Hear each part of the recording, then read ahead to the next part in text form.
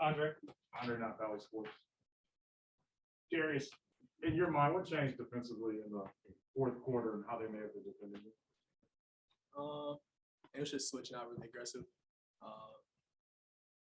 That was it really. Just wasn't making shots, in my opinion. That's it. I know you guys are in the win-loss business, but what does it mean to you how you guys have played the last 2 nights against 2 very tough teams? How you guys competed? I think we played really well the last 2 nights. It was the outcome that we wanted, but I think we played pretty good as a unit, especially with all the bodies down and the back-to-back and the travel with 2 really good teams. I think we did pretty well.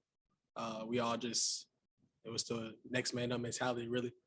We all just stepped up and as you can see, a lot of heavy minutes. So I think we did pretty good though. There's nothing else you can really say. Yeah. 30 got hot. That's all it was. And then Dean, for you, Darius talked about not getting the outcome that you wanted, but you fought hard with one of the best teams in the NBA. You led for more than 30 minutes of that game against them. How do you leave this game when you try and balance those 2 things? It's obviously we like to win, but we didn't quit. We were down a lot of bodies, like DG said, but it didn't matter. Everyone came out and competed every minute. There's a ton of heavy minutes on there, and nobody folded. We could easily have folded and just throwing it out that we're just down a lot of bodies. We'll be back, but we didn't fold, and when we get those people back, I think it's going to be we're just going to take a big step. Where does that internal belief come from when you have so many guys missing and you still go out and compete the way that you did? I think a lot of it just has to do with not wanting to let your teammates down. The teammates that are out there playing, they're relying on you to do your job, and if you don't do your job, it just everything falls apart. So just relying on your teammates, not wanting to let them down, and just going out and competing. It's the game of basketball. Kelsey Russo, The Athletic.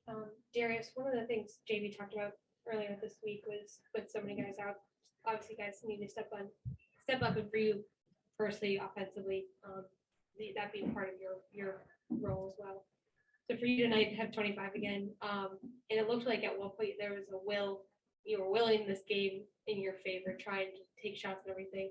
But what was going through your head as like down the stretch, like hunting shots and trying to be aggressive and get those shots for you guys? Teammates and coaches, they just wanted me to be aggressive. They kept telling me to be aggressive. If I'm open, shoot it.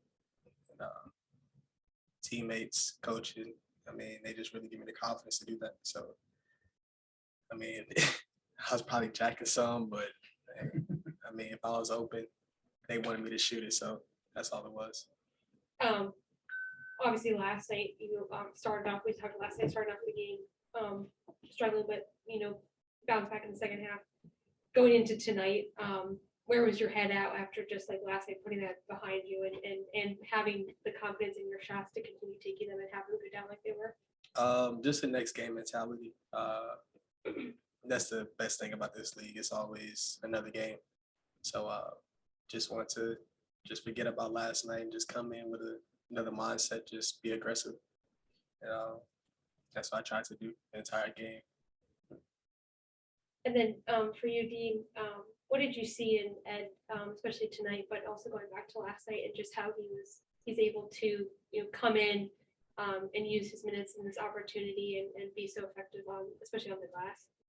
He's just a competitor. He just goes out there and battles. Every possession, offensive, defense, he's tangled up with somebody fighting something. So, the way he competes, it really, it kind of rubs off. You just want to go in there, he's trying his hardest every possession. So, feel like he can't take possession off. Watching him rebound, he's an unbelievable rebounder.